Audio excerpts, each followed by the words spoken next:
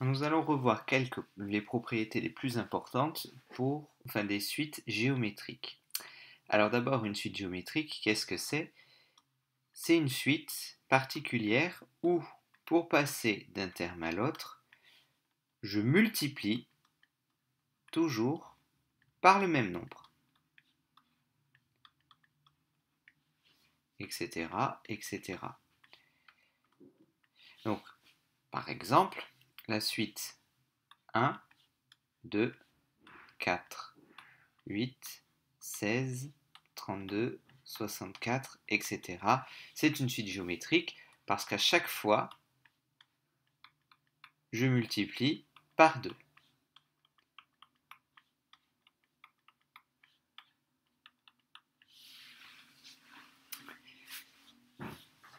Ce qui fait que si jamais ma suite géométrique, alors le nombre par lequel je multiplie, ici je l'ai appelé Q pour ne pas le confondre avec le R des suites arithmétiques, c'est ce qu'on appelle, comme pour les suites arithmétiques, la raison de la suite. Si Q est plus grand que 1, je multiplie donc par un nombre plus grand que 1, la suite va être croissante puisque le nombre va augmenter tout le temps.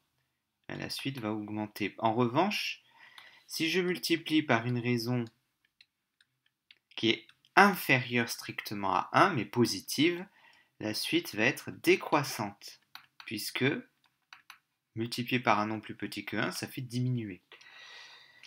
Ce qui fait que, donc, si on doit définir une suite géométrique, eh bien j'ai U0, donc le premier terme qui est égal à n'importe quoi, et UN plus 1 qui va être égal à UN fois la raison. Donc suite arithmétique, j'additionne, suite géométrique, je multiplie.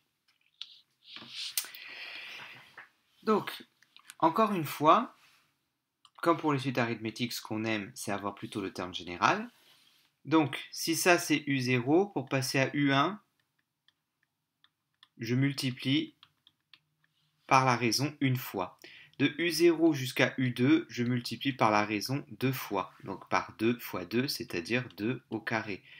Pour passer de U1 à U3, je multiplie la raison 3 fois. Donc par 2 fois 2 fois 2 fois 2, c'est-à-dire 2 puissance 3, etc., etc.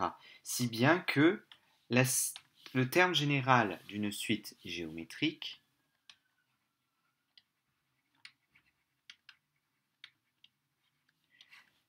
c'est donc UN, c'est le premier terme, et je multiplie par la raison n fois, donc fois q puissance n. Donc là, de U0 à U1, je multiplie une fois, donc 2 puissance 1. De U0 à U2, je multiplie deux fois, 2 puissance 2. De U0 à U3, je multiplie 3 fois, 2 puissance 3. Donc le terme général d'une suite géométrique, UN, c'est le premier terme, fois la raison. Enfin, la raison, je l'ai multiplié une fois, donc fois q puissance n. Si jamais ma suite commence à U1, ben, je n'ai plus n, enfin, je n'ai mais n moins 1, puisque ben, il y a une multiplication par la raison en moins si jamais je commence à U1 plutôt qu'à U0.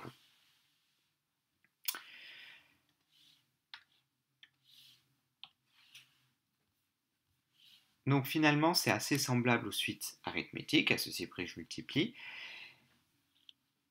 Et ensuite, dernière chose à connaître, comment montrer qu'une suite est géométrique.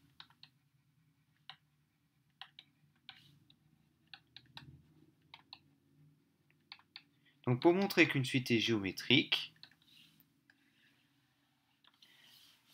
il faut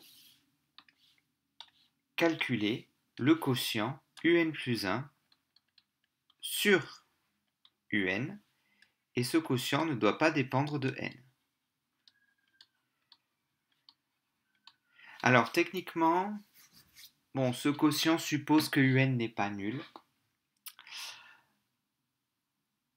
Mais en fait, une suite géométrique, si un terme qui est nul, alors fatalement,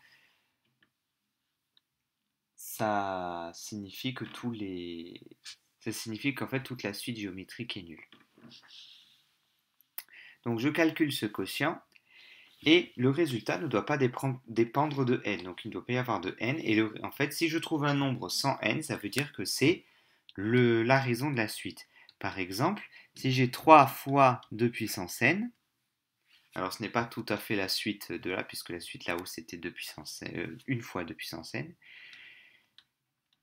Je calcule un plus 1 sur un, donc ce qui fait 3 fois 2 puissance n plus 1, je remplace n par n plus 1, divisé par 3 fois 2 puissance n, les 3 s'en vont, et le 2 puissance n s'en va aussi, si bien qu'il ne reste que le 2, donc 2 puissance n fois 2 puissance 1, il ne reste que ce 2-là. Donc en fait, ma suite est géométrique de raison 2. Donc les suites géométriques, ce sont des suites où, pour passer d'un terme au suivant, je fais que multiplier par le même nombre, qu'on appelle la raison. Le terme général d'une suite géométrique, c'est premier terme fois raison puissance n, ou premier terme fois raison puissance n moins 1 si jamais je commence à 1. Et pour montrer qu'une suite est géométrique, je calcule la division un plus 1 sur un, et je dois montrer que le résultat ne dépend pas de n.